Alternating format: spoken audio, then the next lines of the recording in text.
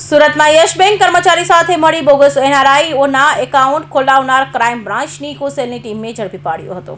સુરત શહેર police commissioner Anupsinh Gahlaut અને અધિક પોલીસ કમિશનર દ્વારા મ્યુઅલ એકાઉન્ટ બેંકમાં ખોલાવનાર અને ખોટા નામે સિમ કાર્ડ વેચનારાઓ વિરુદ્ધમાં કડક કાયદેસરની કાર્યવાહી કરવામાં આપેલા આદેશને લઈ ઇકોસેલની ટીમે તપાસ હતી.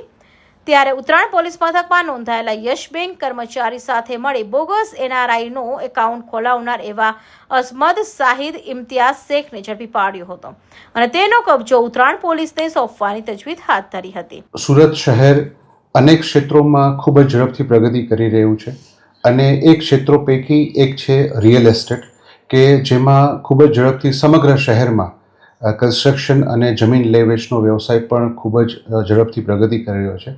અને આ જ વ્યવસાયમાં ઘણી વખત ઘણા એવા તત્વો કે જે પોતે અન્ય લોકોને ખોટી રીતે પ્રોપર્ટી અપાવવા માટેનો વિશ્વાસ આપી અને તેઓ સાથે વિશ્વાસઘાતની છેતરપિંડી કરતા હોય છે.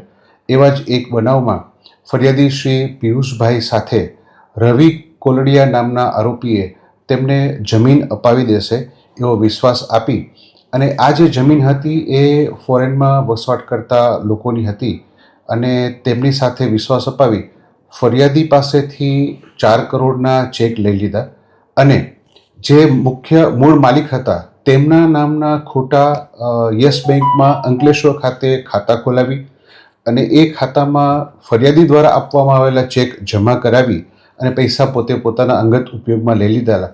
જે અનુસંધાને ગુનો દાખલ કરેલ. હાલમાં બેંકના કર્મચારીઓની પણ ધરપકડ કરેલ છે અને આરોપી રવિ કોલડિયા અને બેંકના કર્મચારીઓ વચ્ચે જે વ્યક્તિએ પોતે ગુનેગાર તરીકેની ભૂમિકા ભજવેલી છે એવા જ એક આરોપી અસમદ ખાનની પણ ધરપકડ કરવામાં આવેલ છે. આ આરોપીનો રોલ એવો હતો કે એણે રવિ કોલડિયા અને બેંકના કર્મચારીઓ સાથે એકબીજાનો પરિચય કરાવી અને પોતે ખોટા બેંક અકાઉન્ટ અન્ય શાહિદના નામના કે જે લોકો ભારતમાં હયાત નહોતા તેમના બેંક અકાઉન્ટ ખોટી સહીઓ કરી અને ખોલાવવામાં હાલના આરોપીની મુખ્ય ભૂમિકા છે. એની ધરપકડ કરવામાં આવેલ છે અને તપાસ ચાલુ છે.